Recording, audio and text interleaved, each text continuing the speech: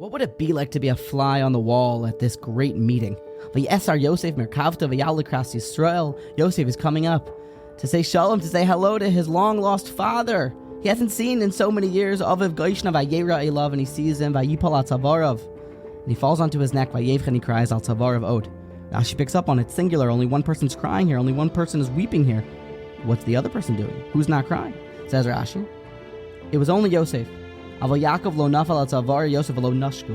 He didn't fall onto him and he didn't kiss him. Why? Interesting. Chazal pick up on in this pasuk that it must have been, or it was, the scenario was, that Yaakov was saying Kriya Shema. And now Elio Baruch Winkel wants to know, if it's the time to say Kriya Shema, then why is only one of them doing it? If it's Zman Kriya Shema, it's Zman Kriya Shema. If it's not Zman Kriya Shema, then why is Yaakov saying Shema at this moment? Can he find a better time to say it? So there's a couple different mahalchim here, and a lot of them offer tremendous insight. Revolva says, well, now that they've been reunited again, we know that Yaakov's prophecy can happen again.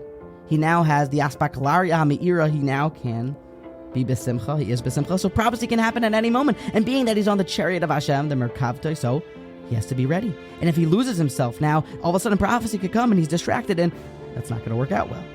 Reb Chaim Brisker, the great commentator on the Rambam and perhaps the greatest adapter to the way that we learn nowadays, explains that there's a concept of oisik b'mitzvah, pater min ha-mitzvah. And Yaakov was commanded to reduce Shama, to go down to Egypt. And he's involved in that mitzvah. And you're pater when you're doing one mitzvah to do exempt from another mitzvah. So he's been pater this entire time until he sees Yosef. Now he's seeing Yosef. Oh, now he should do the mitzvah because now's the proper time. Yosef's already said it at the earlier time.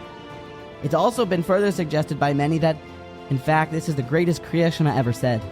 For Yaakov Avinu has now an outpouring of emotion, and he wanted to direct that to Hashem, as if the greatest moment of your life, and you put your hands over your eyes to say Kriya Shema. Interesting, the Brisker Rav says, well, all these moments, we have to understand who we're talking about. It was Yaakov Avinu, so he was constantly pointing towards Hashem. We have to understand that. So many different plans, all about Torah. And the beauty of this is that the same Zman Kriya Shema that we get to make every day, the same Kriya Shema we get to do is the same Kriya Shema that Avram, Yitzchak, and Yaakov said. If you walk into a Gadol's office to talk to him in learning, you're going to learn the same Masechta, the same words that he's learning. If you talk in math with Einstein, you're probably not going to be able to keep up. We probably are going to have a tough time keeping up with Gedolim either way, but it's the same text. It's the same Avodah.